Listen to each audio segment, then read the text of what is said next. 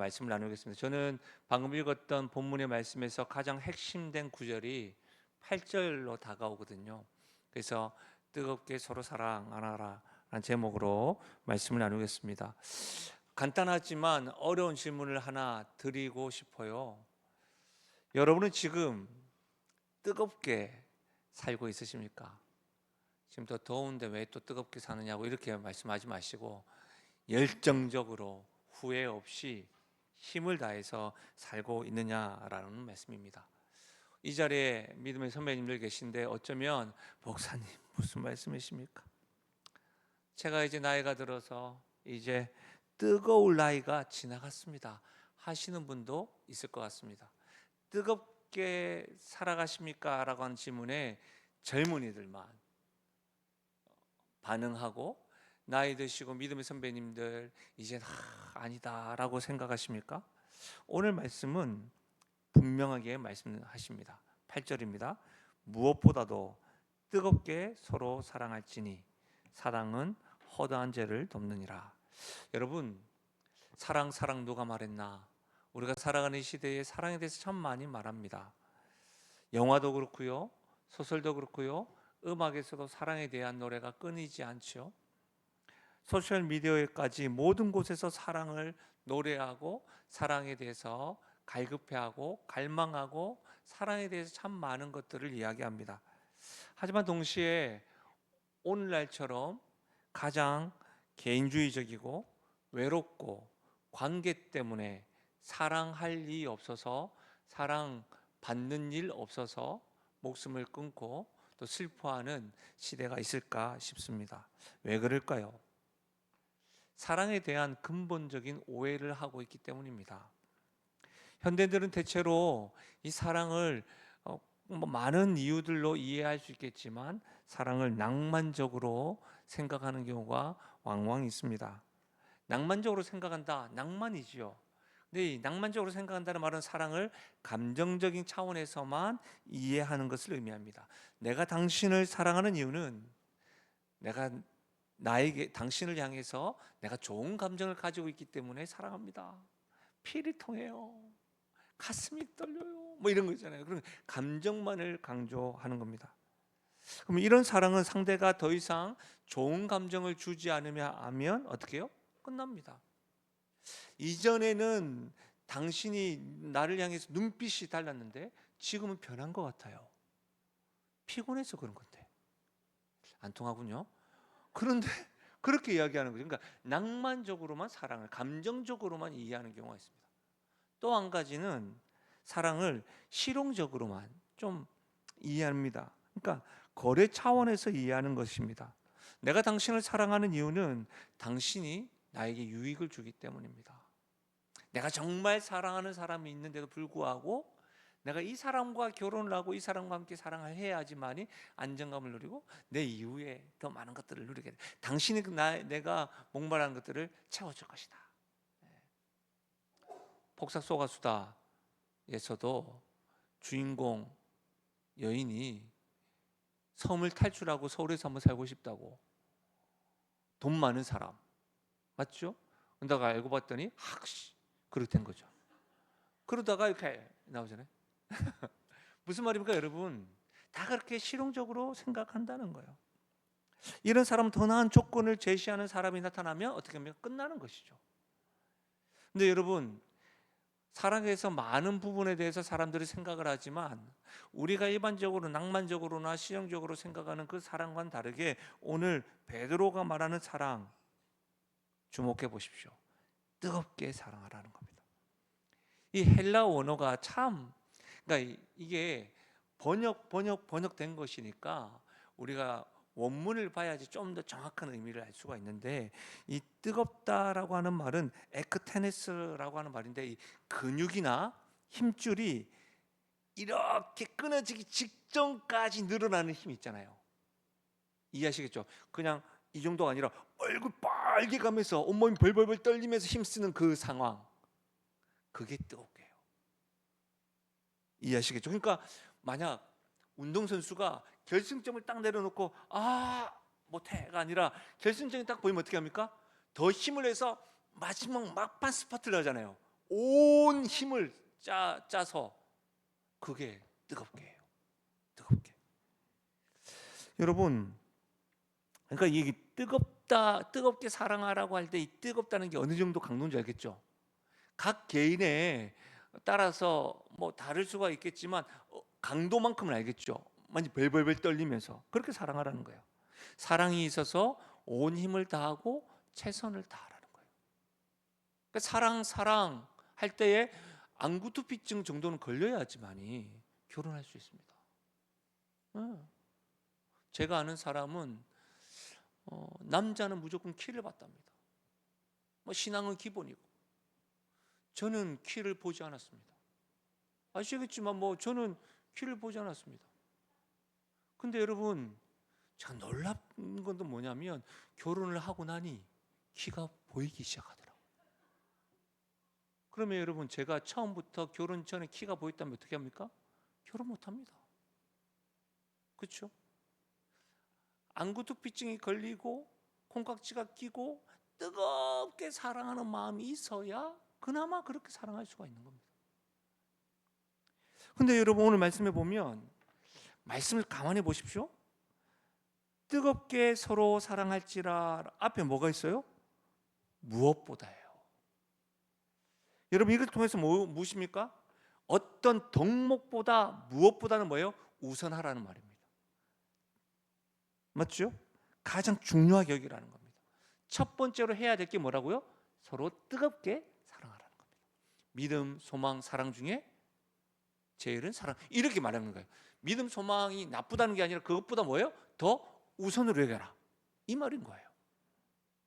여러분, 이것은 오늘날 살아가는 우리들이 듣고 알고 있는 사랑의 가치와 정면적으로 충돌합니다.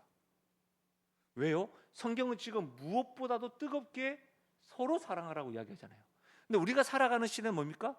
나 자신을 먼저 사랑하라는 거예요. 자기 개발이 우선이라는 거예요. 나의 행복이 우선이라는 거예요. 근데 성경은 가장 우선으로 세우려는 것이 뭐예요? 서로 뜨겁게 사랑하라. 이게 다른 거예요. 그러면 여러분, 우리는 베드로가 이 베드로 전서를 작성할 때의 그 1세기 당시, 그 당시에도 오늘날에도 충돌되게 되는, 그때도 오늘날도 동일하게 자기를 사랑하고 나의 행복만을 요구하는 사람들이 많았을 거 아니에요? 그렇다면 어떻게 이 말씀이 그냥 하나님 말씀이 되려면 우리는 어떻게 뜨겁게 서로 사랑할 수 있을까요? 그렇죠? 분명하게 그 당시에도 오늘날에도 변함없이 1.1획도 틀림없는 하나의 말씀이 우리에게 분명히 들렸는데, 우리의 가치와 충돌되는 이 말씀, 무엇보다도 뜨겁게 서로 사랑하라, 이 하나님의 말씀 우리가 순종하고 이 말씀의 진리임을 경험해야 될 것인데, 그렇다면 어떻게 우리는 뜨겁게 서로 사랑할 수 있을까요? 그리고 만약 우리가 말씀대로 뜨겁게 서로 사랑할 때 어떤 변화가 일어날까요? 저도 이 정도 짧은 시간이지만 이 질문에 답하면서 말씀을 좀 살펴보려고 합니다. 먼저 여러분, 왜 뜨겁게 사랑해야 될까요? 7절입니다. 7절, 만물의 마지막이 가까이 왔으니. 여러분, 마지막이 가까이 왔다라고 하는 것은 저도 두 가지의 의미가 있습니다. 첫 번째 의미는 뭐냐면 예수님의 재림이 곧 임박한다는 거예요. 그러니까 사도 베드로가 지금 이때 베드로전서에 만물이 마지막이 다가온다는 것을, 예수님이 하늘로 올라가신 것은 곧 온다라고 했던 그 말, 그러니까 예수님 곧 오실 것입니다. 그래서 베드로전서도 그렇고 다 핍박과 환난으로 인해서 믿음을 지키는 성도들에게 주신 말씀이거든요. 그러니까 뭐예요? 곧 예수님 오신다는 거예요. 근데 여러분, 분명히 기억하셔야 될 것은 뭐냐면 이것은 오늘날 21세기에 어떤 의미가 있습니까? 재림의 임박성은 단지 시간적인 근접성만을 의미하지 않습니다. 무슨 말이냐면 그때도 곧 오신다고 했는데 지금도 곧 오신다고 하면 언젠데, 시간적인 개념뿐만 아니라 재림의 임박성은 하나님의 뜻대로 분명히 때가 참에 예수님을 보내주셨던 것처럼 하나님의 방향대로, 하나님의 목적대로 지금 예수님 오시는 그 기간을 가고 있다는 겁니다. 이게 왜 중요하냐면 세속주의라고 이야기할 때 세속주의는 목적과 의미가 없습니다. 우리는 뭐예요? 여러분, 예수 믿는 사람 참 이상하죠? 예수 믿는 사람은요, 목적대로 살아갑니다. 예수를 믿게 되면요, 삶의 방향성이 달라집니다. 그냥 우연히 살아가는 것이 아닙니다. 이전에 내가 예수를 몰랐다가 예수를 딱 알게 되면 내가 삶의 목적대로 삶의 방향을 가지고 살아가게 되는 겁니다. 왜요? 하나님의 뜻, 나의 인생 가운데 뜻하신 바가 있기 때문입니다. 예수님의 재림의 임박성도 그러합니다. 그러니까 여러분, 성경은 분명히 하나님의 완전한 통치가 실현되는 그날을 향해서 지금 가고 있는 겁니다. 아멘이십니까? 반드시 주님 오십니다. 그 하나님의 계획, 하나님의 시간에 따라 지금 가고 있는 것입니다. 그날이 올 때까지 우리는 뭐라고요? 마지막 날이 올 때까지 서로 사랑해야 하는 겁니다. 이것이 마지막이라고 하는 첫 번째 의미고, 두 번째는 뭐냐면 개인적인 차원에서 우리 각자의 시간이 한정되어 있습니다. 다시 말하면 시간이 얼마 남지 않았다는 겁니다. 누구도 내일을 장담하는 사람은 없습니다. 여러분, 고대 로마에서 원정에서 승리를 거두고 개선할 때 장군이 막 시가 행진을 딱 할 때 그 로마에서는 이런 문화가 있었습니다. 노예 한 사람을 그 옆에 딱 세워놓고 시가 행진을 막 하면 여러분 얼마나 승전가를 울리면서 이 사람의 주목받겠습니까? 그때 뒤에서 노예가 그 장군에게 하는 말이 있습니다. 메멘토 모리. 이 말이 뭐예요? 소설 제목이죠. 메멘토 모리. 자신의 죽음을 기억하라. 너는 반드시 죽는다. 지금 승전가를 높이고, 내가 죽음의 전장에서 승리했다, 내가 정복했다, 그렇게 해서 모든 영광을 받고 있는 장군에게 뒤에서 노예가 메멘토 모리, 내가 죽을 것을 기억하라. 여러분 개선 장군에게 우쭐거리지 말고 경고의 장치로 메멘토 모리. 여러분, 저는 이 말을 들었을 때에 굉장히 성경적이라고 생각했습니다. 실제로 예수 믿는 우리는 하나님의 때에 살아가고 있고 하나님 방향사로 살아가는데, 우리가 언제, 우리가 꿈을 꾸고 비전을 가지고 있지만 그건 내 생각이고, 장기하의 노래 그건 네 생각이고, 이런 노래가 있습니다. 참 좋은 노래인데, 내가 내일을 꿈꾸는데 그건 네 생각이고, 복음서에도 그런 말씀이 있잖아요. 내가 창고를 확장을 하고 그건 네 생각이고. 오늘 밤에 여러분 메멘토 모리. 그러니 여러분, 오늘 이 밤에 여러분이 비가 오는 중에서도 여러 가지 할 것들이 많은 가운데서도, 마음이 불편한 가운데서도, 피곤한 가운데서도 이 자리에 와서 예배하고 말씀 앞에 들고 한번 주님의 이름을 찬양하고 기도하고, 이게 얼마나 귀한 은혜인 줄 모릅니다. 왜요? 나는 반드시 죽는다. 이것을 기억하라는 겁니다. 여러분, 현대사회학자들 연구에 의하면 임종을 앞둔 사람들이 가장 후회하는 게 뭔지 아세요? 더 많은 돈을 벌지 못했다? 아닙니다. 더 높은 지위에 오르지 못했다? 그것도 아닙니다. 뭘까요? 더 사랑하지 못한 거. 가족과 친구들을 더 사랑하지 못한 거.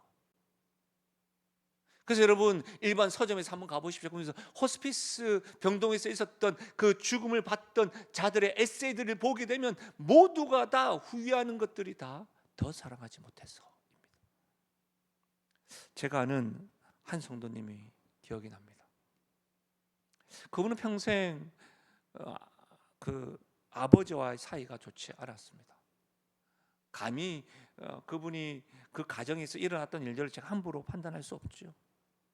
근데 아버님이 아프셨습니다. 너무 엄하셨던 아버지를 이해하지 못했는데, 그렇게 해서 이제 성인이 되고 아버지와 거리를 두고 살았는데 아버지가 아프신 겁니다. 형식적으로 관계를 맺고 있다가 그 소식을 듣게 된 겁니다. 그때 아들이 용기를 내어서 매일 병원에 다녔답니다. 그리고 아버지의 손을 잡고 이렇게 이야기했습니다. 그동안 하지 못했던 일. 그러다가 마지막에 이런 말을 했습니다. 아버지 사랑합니다. 죄송했습니다. 제가 너무 자극적인 것 같아서 말씀드리지 못했지만 그 아버지는 6개월 뒤에 돌아가셨습니다. 그 아들은 아버지가 얼마 남지 않았다는 것을 알았기 때문에 용기를 내서 간 거예요. 근데 그분이 아버님을 보내고 난 이후에, 애도의 시간을 보내고 난 이후에 저에게 찾아와서 이런 말을 하셨습니다. 목사님, 아버지가 얼마 남지 않았다. 만약에 그것을 내가 알았기 때문에 뜨겁게 사랑할 수 있었던 것 같아요. 만약 몰랐다면 여전히 형식적인 관계를 맺고 제가 살았을 겁니다. 여러분, 이것이 마지막 날이 가까웠다라고 하는 의미입니다. 옆 사람 한번 봐요. 오늘이 마지막일 수 있다니까요. 한번 봐요. 날 보지 말고 주 안에서 사랑합니다.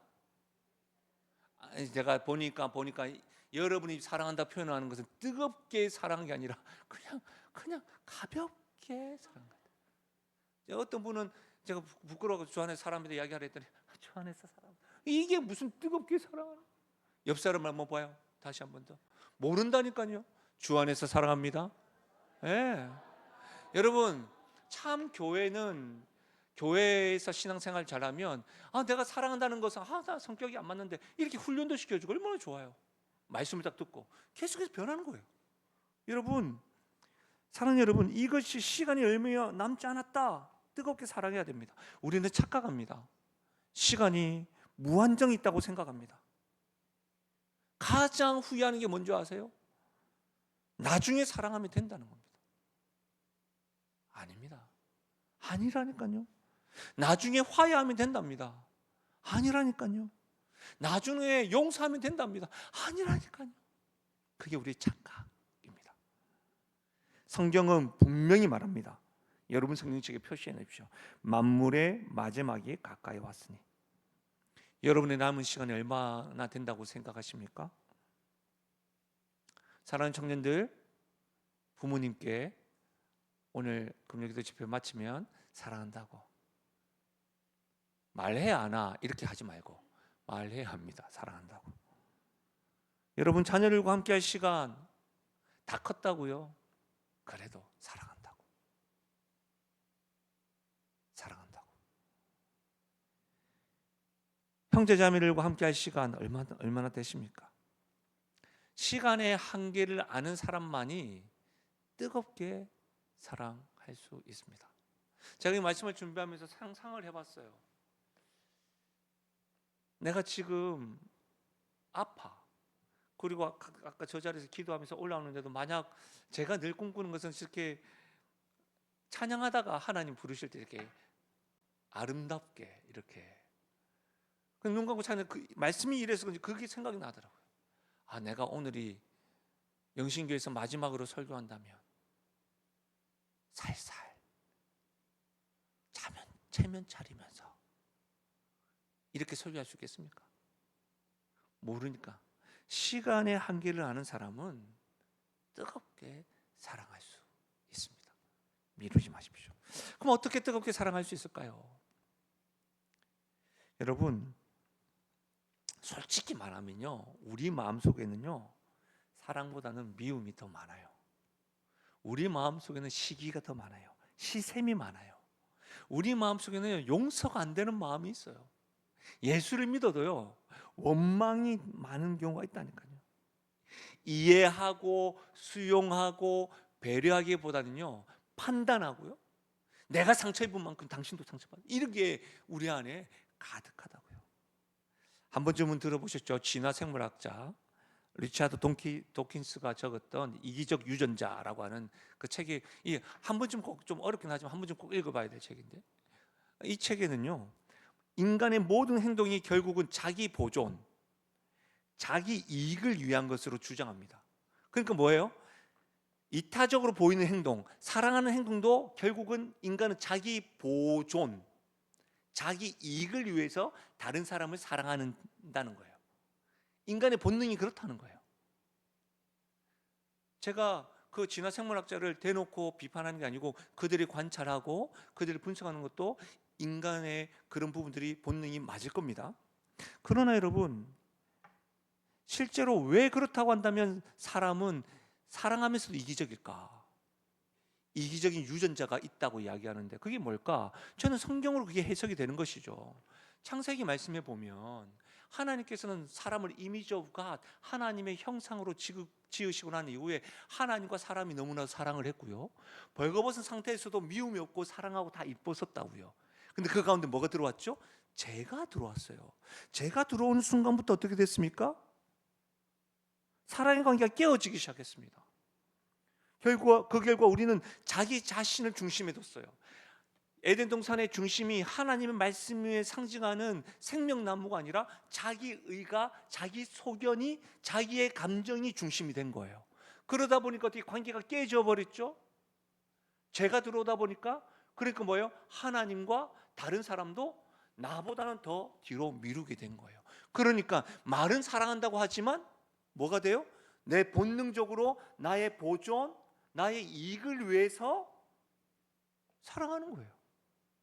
그게 만약에 이기적인 유전자라고 한다면 그게 죄된 유전자로 인해서 그렇게 되는 거예요. 그런데 여러분, 기독교는 우리에게 기쁜 소식, 복음을 전해줍니다. 우리는 어떤 사람을 사랑한다, 인사한다, 나의 체면 때문에 사랑하기도 하고 이 자리에 함께 있기도 하고 나의 어떤 유익을 위해서 저 사람과 관계를 맺기도 하고 이렇게 하는데, 성경은 예수님을 통해 말하는 거죠. 완전한 사랑을 보여주시죠. 예수님은 우리들에게 어떤 사랑을 보내주셨습니까? 이기적인 유전자가 아니고 그분은 자신을 사랑하지 않는 자들을 위해서도 목숨을 아끼지 않으셨죠. 십자가에 못 박으라고 말하는 그 외침을 들으시면서도 저들의 죄를 사하여 주십시오라고 하셨죠. 예수님의 사랑은 단순히 모범이 아니라 그 사랑이 이 땅에서 사랑한다고 말하는 우리의 사랑과는 차별화가 있다는 것을 보여준과 동시에 그 사랑을 받은 우리를 변화시킵니다. 여러분, 로마서를 많이 읽으십시오. 로마서를 묵상하고 묵상하십시오. 정말 제가 기도하고 더 학식이, 신학적인 개념이 더 넓어지고 더 많이 제가 하나님 앞에 기도하면 정말 여러분에게 로마서를 한 절 한 절 같이 살펴보고 싶은 마음입니다. 복음이 너무나도 선명합니다. 하나님은 우리가 죄인 되었을 때에, 연약할 때에 먼저 하나님이 우리를 사랑해 주셨습니다. 여러분, 우리가 하나님께 사랑받을 만했기 때문에 우리를 사랑하신 것이 아닙니다. 우리가 선해서 착해서 종교생활을 열심히 해서가 아닙니다. 우리가 원수되었을 때, 우리가 하나님을 거부하고 있을 때에, 우리가 죄 가운데 있을 때에도 하나님께서 먼저 우리를 사랑하시면서 독생자 아들 예수님을 통해서 내가 너를 사랑한다 확증하셨습니다. 여러분, 이 사랑을 경험한 사람, 이 사랑을 깨달은 사람은 변화되기 시작합니다. 우리는 그 사랑을 경험함으로 뜨겁게 사랑할 수가 있는데, 변화됨으로 우리는 본질적으로 진화 생물학자들이 말하는 이기적인 유전자, 이기적인 제약들이 있어가지고 사랑도 나의 보존과 나의 이익을 위해서 하는데, 본인의 이익과 본인의 보존과 관계없이 내가 연약할 때, 내가 죄인일 때, 내가 악할 때도 사랑하신 그 하나님의 사랑을 경험한 사람이면, 나를 이렇게까지 하나님이 사랑하셨는데 내가 어떻게 저 사람을 미워할 수가 있겠습니까? 이렇게 변하게 되는 것이죠. 하나님께서 이런 나를 용서해 주셨는데 내가 왜 저 사람에게 받은 상처 때문에 계속 용서하지 못할까? 계속해서 그렇게 되는 겁니다. 하나님이 이런 나에게로 기회를 주시고 회개하며 용서해 주시고, 이런 나에게도 혼자 있을 때에 하나님 앞에 범죄하는 나의 모습을 그냥 어여삐 여기시고 기회를 주시는데, 내가 어찌 저렇게 연약한 사람을 그냥 그대로 판단하고 비판하고 그럴 수 있을까? 이렇게 어떻게 해요? 변하게 된다는 겁니다. 이것이 뜨겁게 사랑할 수 있는 근거가 된다는 겁니다. 사랑하는 여러분, 사랑받기 위해 사랑하는 것이, 사랑받기 위해서 사랑하는 것은 진정한 사랑이 아닙니다. 그렇죠? 내가 사랑받기 위해서 사랑한다? 그게 무슨 진정한 사랑의 거래지. 그렇지 않습니까? 진정한 사랑은 사랑받을 가능성이 없을 때에도 사랑하는 것 아닐까요? 우린 그런 진정한 사랑을 받은 사람들입니다. 어떻게 일이 가능합니까? 우리에게서는 그 일을 찾을 수가 없어요. 여러분, 찾을 수가 없다는 거예요, 저에게. 제가 오늘 말씀을 준비하다 보니까 제 안에 뜨겁게 사랑해야 되겠다고 하는 도전 의식이 막 일어났지 않겠습니까? 그래서 제가 오늘 말씀을 열심히 준비를 하고, 열심히 준비하고, 저녁 시간에 조금 시간을 내어서 오래간만에 가족들과 한번 식사를 해야 되겠다. 카톡을 했는데 다 바빠. 순간 서운하더라고. 근데 한편으로 생각해보면, 객관적으로 카메라를 보면 그 사람들을 받고 지금 나만 지금 내가 내 계획대로 하다가 내가 좀 여유가 생기고 또 나 혼자 말씀을 좀 보다가 또 도전 받아가지고 먼저 제안했는데 안 됐다고 혼자 거절당했다는 둥. 나는 나밖에 없다는 둥.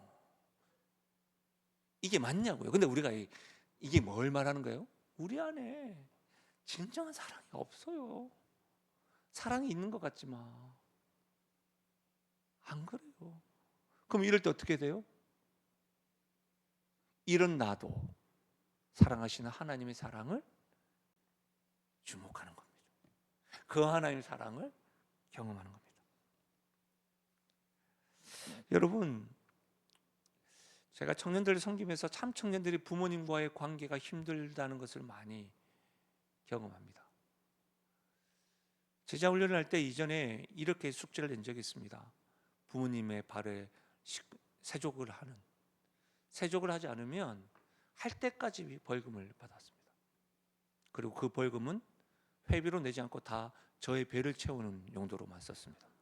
그러니까 기분 나쁘면 숙제를 하라고 한 거죠, 제가. 그런데 문제는 제가 섬겼던 청년들의 부모님이 다 지방에 있었던 겁니다.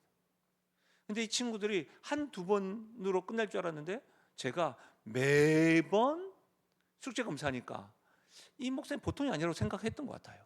끝까지 갈 것 같다 하니까 자기 끝까지 갈 경우는 파산될 것 같으니까 막 고민을 하게 되는 겁니다. 근데 여러분, 결국 그들이 몇 명 청년들은 지방에 직장 생활하면서도 저녁에 지방에 가서 세족을 하고 와가지고 제자훈련을 참여하는데, 여러분 잊을 수가 없어요. 목사님, 예수님 보이셨던 거 그냥 흉내만 낸 건데 부모님이 눈물을 흘리더라고요. 그리고 제가 아버지의 발, 어머니의 발을 직접 본 적이 많이 없습니다. 손대 보니까 그분의 사랑을 알 수가 있다. 왜 이것이 생활 숙제고 왜 이것이 주님께서 보여주신 모범이었는지 깨닫게 된다고. 여러분, 주님이 그 사랑을 100% 이해하지 못했는데 그냥 그것을 흉내만 냈는데도 불구하고 어떻게 해요? 사랑하게 되는 거예요. 우리 안에는요, 우리의 사랑으로는 사랑할 수가 없어요. 김 목사도 그렇습니다. 사랑할 수 없어요. 우리를 향한 하나님의 사랑을 경험해야지만이 그 복음의 능력을 흘려보낼 수가 있습니다. 미워할 수밖에 없는 사람을 사랑하게 만드는 겁니다. 여러분은 가장 큰 은혜를 놓치는 게 뭔지 아세요? 예배를 딱 드리고 축도를, 하나님의 복을 딱 받고 내려가서 카페에서 또 사랑하기보다는 싸우고 하는 것이 너무 안타깝다는 거죠. 예배를 드리지 않고 싸우는 것보다 예배를 드리고 나서 싸우는 게 더 안타깝다는 거죠. 어떻게 돼? 예배를 드리고 나서는 미워하는 마음도 사랑하려고 하는 마음이 생겨야 되는 건데, 찬양을 하면 찬양을 안 할 때보다 찬양을 할 때가 더 말캉말캉 해야 되는데, 제가 뜨겁게 서로 사랑하라는 말씀을 더 준비하니까 오늘 밥 안 먹을래? 이렇게 돼야 되는데, 이 말이 무슨 말이에요? 하나님의 사랑은 한 번이 아니라 자주, 매번 주목하고 경험하고 누려야 된다는 거예요. 복음은 한 번 들으면 안 된다는 거예요. 매일매일 새롭게 경험해야 함을 믿으시길 바랍니다. 왜 그래요? 한번 따라하세요. 좀 슬픈 말이긴 하지만 너무 성경은 우리에게 분명히 이야기한다. 한번 따라 한번. 우리는 매일 실패하기 때문이다. 그래서 매일매일 하나님의 복음을 들어야 됩니다. 매일매일 하나님께서 우리에게 행하신 그 사랑을 주목해야 하는 겁니다. 여러분, 우리가 실패하는 건 괜찮아요. 실패에만 머물러 있는 것이 안타까울 뿐이지.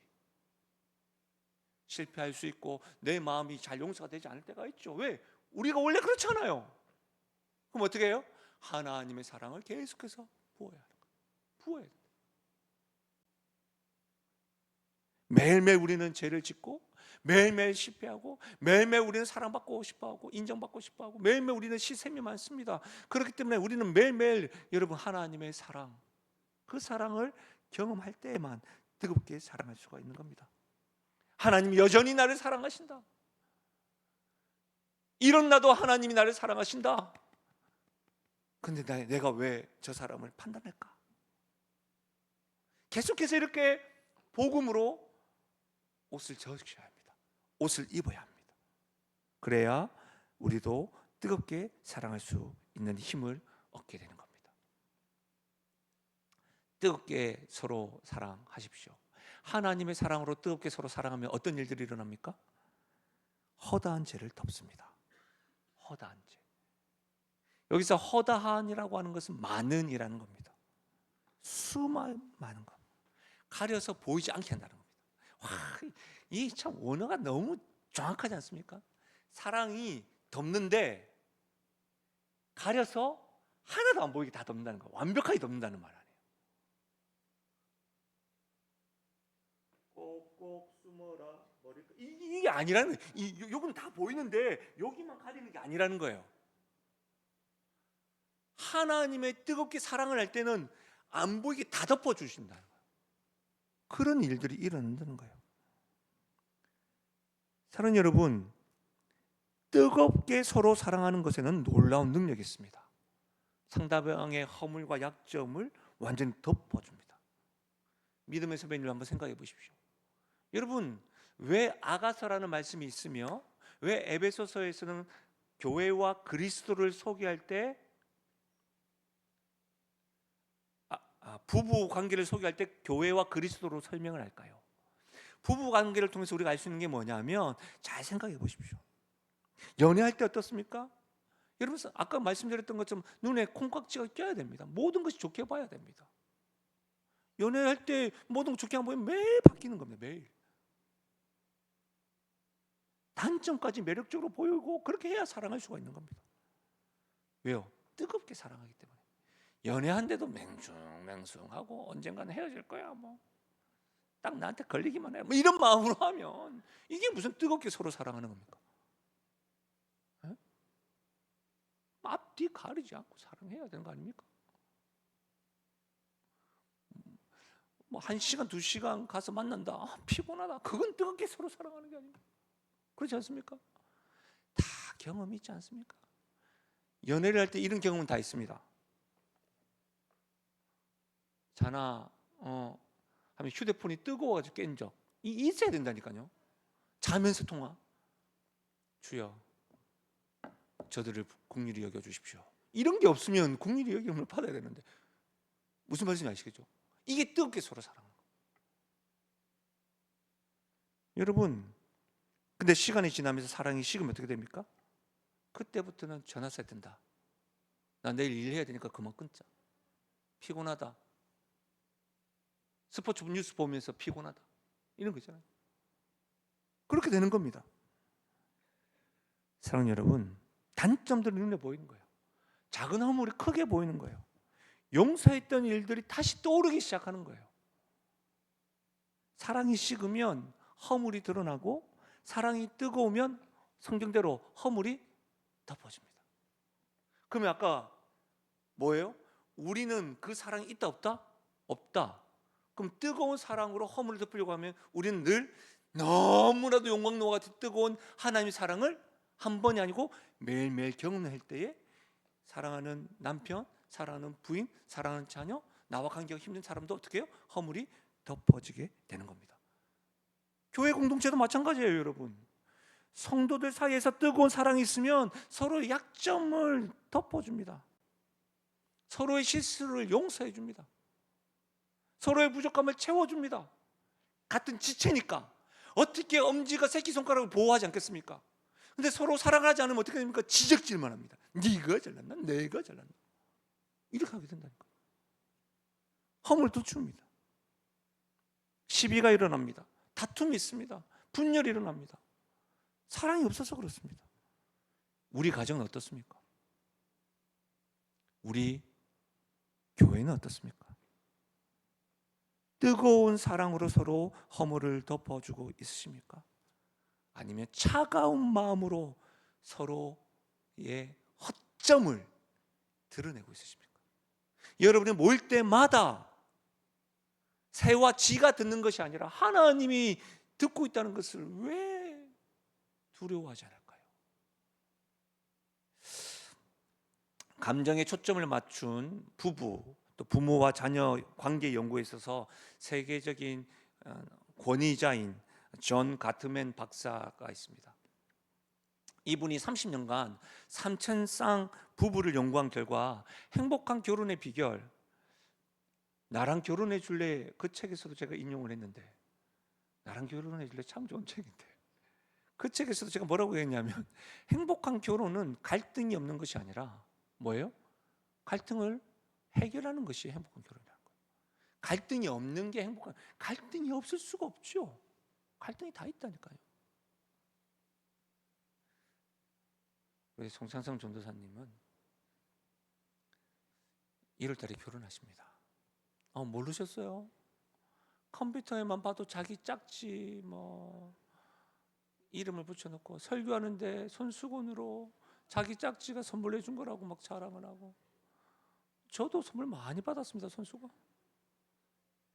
근데 지금은 막 좋아가지고 좋아 죽어요. 근데 갈등이 있어야 됩니다. 갈등을 잘 해결하는 것이 행복입니다. 갈등이 없으면 AI입니다. 빵 터질 줄 알았는데 죄송합니다. 이렇게 안 통합니다. 여러분, 그러면 부부 관계도 부모 자녀 관계도 갈등이 문제가 아니라 뭐예요? 갈등을 해결하는 것이 건강한 겁니다. 그러면 신앙 공동체도 마찬가지입니다. 우리도 갈등이 있을 수 있죠. 그럼 뭐예요? 갈등을 해결, 무엇으로? 하나님의 사랑으로. 그것이 9절과 10절입니다. 같이 한번 읽어볼까요? 9절과 10절 구체적으로 이야기합니다. 같이 읽겠습니다. 시작. 서로 대접하기를 원망 없이 하고 각각 은사를 받은 대로 하나님의 여러 가지 은혜를 맡은 선한 청지기 같이 서로 봉사하라. 여러분, 진정한 사랑이 넘치는 공동체의 모습을 우리에게 지금 알려주는데, 뜨거운 사랑이 있는 교회는요, 원망 없이 서로 대접해요. 여러분, 왜 원망이 없는지, 왜 원망이 생기는 줄 아세요? 기브 앤 테이크로 생각하기 때문입니다. 내가 줬으니까 뭔가 나한테 와야 되는 거 아니냐고. 그런데 반응이 좀 별로인 거죠. 그러니까 뭐예요? 원망이 생기는 겁니다. 내가 뭔가 이렇게 했으면 뭐 좀 표시라고 내야 되는 거 아니냐고. 이게 기브 앤 테이크입니다. 여러분, 진정한 사랑, 우리 주님이 내가 너를 위해서 해줬잖아. 네 손 내라. 못 좀 박자. 이렇게 하겠습니까? 제가 너무 과격한가요, 오늘? 아니, 그렇게 말씀하지 않는다고요. 근데 우리는 기브 앤 테이크입니다.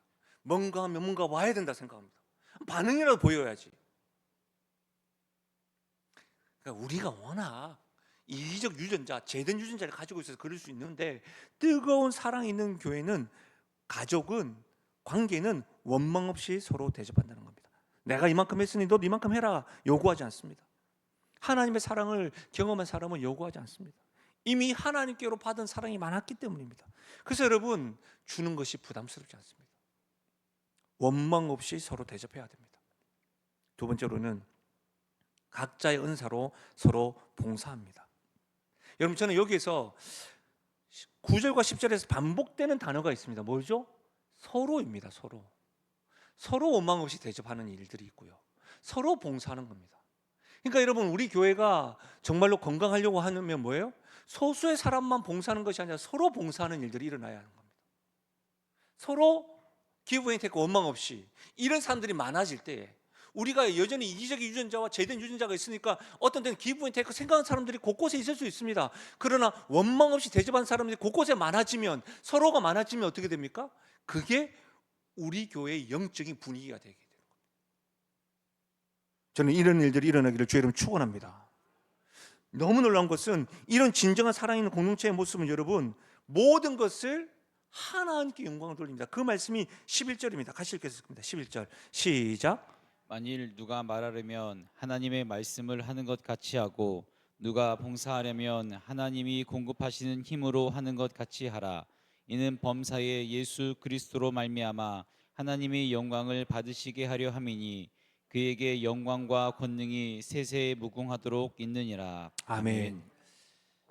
진정한 사랑이 있는 공동체는 자기의 영광을 구하지 않습니다. 무엇을 하든지 하나님이 하는 것처럼, 하나님께서 했던 것처럼.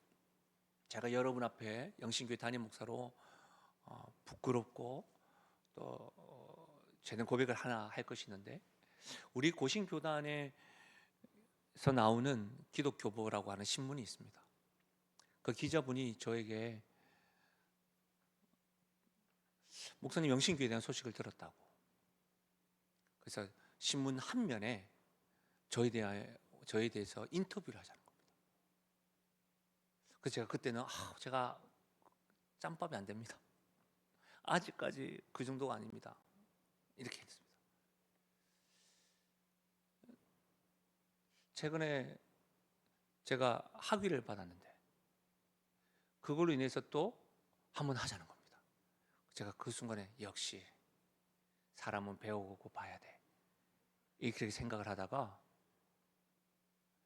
또 제가 거절을 했습니다. 그런데 최근에 노회에서 그 기자분이 저를 막 지나가는데 아무 말도 안 하는 겁니다, 저한테. 그때 제 마음이 막 서운하기 시작하는 겁니다. 나를 잊었나? 지나가는 사람을 붙잡고 우리 교회와 나에 대해서 이제 기사 적을 준비가 됐어요, 이 말이 하고 싶은 거예요. 이걸 제가 여러분 앞에 회개한다는 거예요. 하나님이 교회의 주인이십니다. 하나님이 성도들을 보내주셨고 하나님이 교회를 이렇게 여기까지 인도해 주신 겁니다. 우리가 한 거는 하나도 없습니다. 그런 생각이 들 때마다 말씀은 또 하나님이 하는 것처럼, 봉사도 하나님이 공급하신 것처럼, 범사에 그리스도로 말미암아 하나님께 영광을 돌려드리는 것, 이것이 진정한 건강한 공동체의 모습입니다. 가정도 마찬가지입니다. 가정도 마찬가지. 하나님 말씀. 제가 이 말씀 준비하면서 제가 우리 자녀들한테 굉장히 이걸 강조 많이 하거든요. 아빠가 얼마나 애썼는 줄 아냐고. 근데 오늘 이 말씀 준비하면서 회개하게 되더라고요. 하나님이 우리 가정을 이끌어 주셨습니다. 하나님이 우리 가정을 보호해 주셨습니다. 생각해보면 정말 하나님 그렇게 하셨는데 제가 드문드문 하나님의 이름을 무엇보다도 앞세우지 않고 무엇보다도 저를 앞세우는 것을 보게 되더라고요. 사랑하는 여러분, 제가 부끄럽게도 제 이야기를 한 게 무엇이죠? 무엇보다도 뜨겁게 서로 사랑할 수 있는 방법은 우리가 계속해서 뜨겁게 사랑하는 하나님의 사랑에 주목할 때, 그것이 가능하고 그 사랑을 계속해서 우리가 주목하고 그 사랑을 경험할 때 허다한 사랑을 덮는 일들이 우리 한 사람 한 사람을 통해서 일어날 줄로 믿습니다. 말씀을 마무리하겠습니다. 여러분, 오늘부터 뜨겁게 사랑해 보십시오. 오늘 부부가 같이 오셨습니까? 오늘 가족이 같이 오셨습니까? 오늘 여러분 가운데 불편한 분들이 계십니까? 직접 찾아가라는 말씀이 아닙니다. 그러나 오늘 기도 시간에 그분을 떠올리면서 뜨겁게 하나님의 이름을 부르면서 그분을 축복하고, 하나님의 나를 사랑하시고 용서하셨듯이 그분도 용서합니다라고 고백해 보십시오. 사랑하는 여러분, 우리 작은 교회 식구들에게 뜨겁게 사랑을 한번 베풀어 보십시오. 저는 우리 교회가 정말 사랑이 넘치는 교회라는 걸 잘 알고 있습니다. 곳곳에서 사랑으로 표현을 하고 고백하는 분들이 얼마나 많은지요. 제가 욕심이 많은 건 아시잖아요. 그런 분들이 지금보다도 100배는 더 많았으면 좋겠습니다. 그럴 때 우리 교회가 정말로 누가 오더라도 하나님의 뜨거운 사랑을 경험하지 않겠습니까? 여러분이 뜨겁게 사랑할 때 하나님께도 뜨거운 사랑을 계속해서 경험하고 있다는 것을 경험하십시오. 혹 이 자리에 목사님 이미 나이가 많아서 뜨겁게 사랑하는 건 너무 늦었습니다. 아닙니다. 누가복음에 보면 안나와 시므온을 보십시오. 80이 되셔도 90이 되셔도 주님께서 부르시는 그날까지 여러분을 향한 뜨거운 하나님 사랑을 경험하시면서 그 사랑을 흘려보내시고 그 사랑으로 허다한 죄를 덮는 은혜가 있는 우리 모두가 되기를 바랍니다. 제가 오늘 이 말씀을 찬양하면서 예배하면서 시편 121편 찬양을 막 고백하게 되더라고요. 하나님이 얼마나 나를 지키시고 하나님이 얼마나 나를 사랑하시는지 우리 이 찬양으로 고백하면서 기도하며 나아가십시다. 하나님은 너를 지키시는 자 너의 우편에 그늘 되시니 낮에 해와 밤에 달도 너를 해치 못하리. 하나님은 너를 지키시는 자 하나님은 너를 지키시는 자 너의 환난을 명쾌하시니 그가 너를 지키시리라. 너의 출입을 지키시리라. 눈을 들어 산을 보아라. 눈을 들어 산을 보아라. 너의 도움 어디서 오나. 천지 지으신 너를 만드신 하나님께서 우리를 얼마나 뜨겁게 사랑하시는지 하나님은 나를 지키시는 자 하나님은 나를 지키시니 나의 우편에 그늘 되시니 나의 우편에 그늘 되시니 낮의 해와 밤의 달도 하나님께서 뜨겁게 사랑하시는 나를 해치 못하리.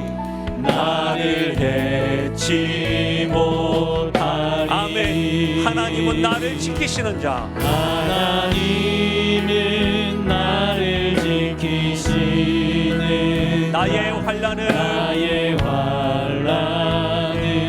명쾌하시니 우리 믿음으로 그가 나를 지키시리라. 그가 나를 지키시리라. 나의 출입을 지키시리라.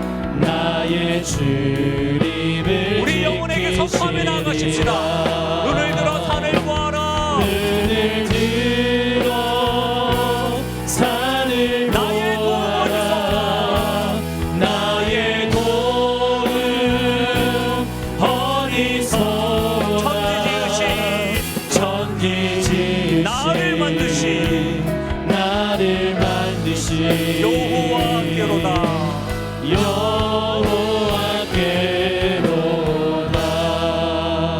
시편 121편은 성전에 올라가는 노래입니다. 왜 눈을 들어 산을 보아라고 했을까요? 당시에 산에는 잡신들을 섬기는 산당들이 많았습니다. 예배드리러 올라가는 성도들에게 도전하는 것이죠. 눈을 들어 산을 보아라. 저런 산당들이 너의 출입을 지키느냐? 저런 산당들이 너를 지키느냐? 아니다. 천지를 지으신 우리 하나님이다. 그 하나님이 너를 지키시고 사랑하신다. 이 말씀인 거예요. 여러분 눈을 들어서 여러분 상황을 형편을 보십시오. 여러분을 지키시고 여러분을 뜨겁게 사랑하고 여러분의 허물을 다 덮으시는 그 하나님의 사랑, 천지를 지으시고 아들도 아끼지 아니하시는 우리 하나님 밖에 없습니다. 우리 영혼에게 선포하며 나가실까요? 눈을 들어 산을 보아라. 눈을 들어 산을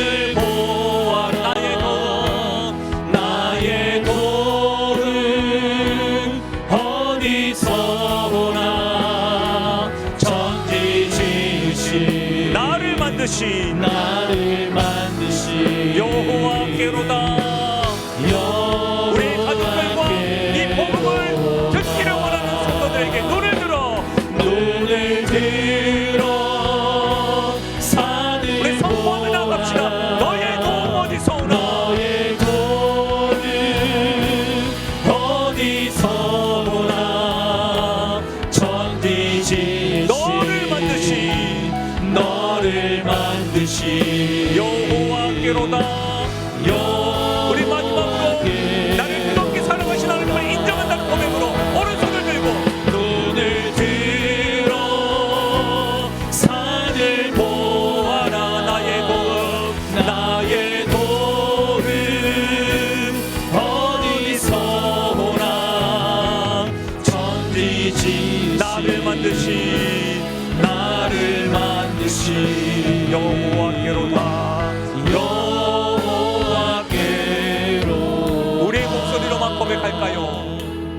눈을 들어 산을 보아라. 나의 도움 어디서 오나? 천지 지으신 나를 만드신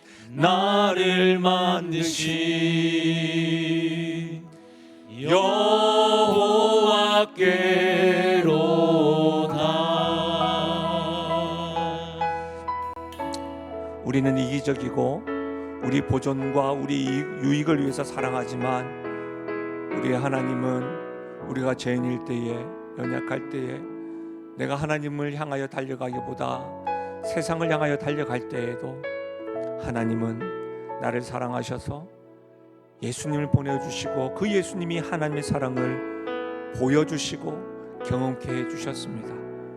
뜨겁게 지금도 나를 사랑하시는 그 하나님의 사랑에 힘입어 사랑하는 여러분, 무엇보다도 서로 뜨겁게 사랑함으로 허다한 죄를 덮는 저와 여러분이 되어져서 그 한 사람으로 말미암아 가정이 회복되어지고 이런 성도들이 많아져서 우리 교회가 하나님께 영광 돌려드리는 교회 되게 해달라고 성령께서 가르쳐주신 기도의 제목을 가지고 각 개인과 가정과 교회를 향한 하나님 마음으로 주여 한번 부르짖고 기도하시고 개인 기도하시고 돌아가시겠습니다.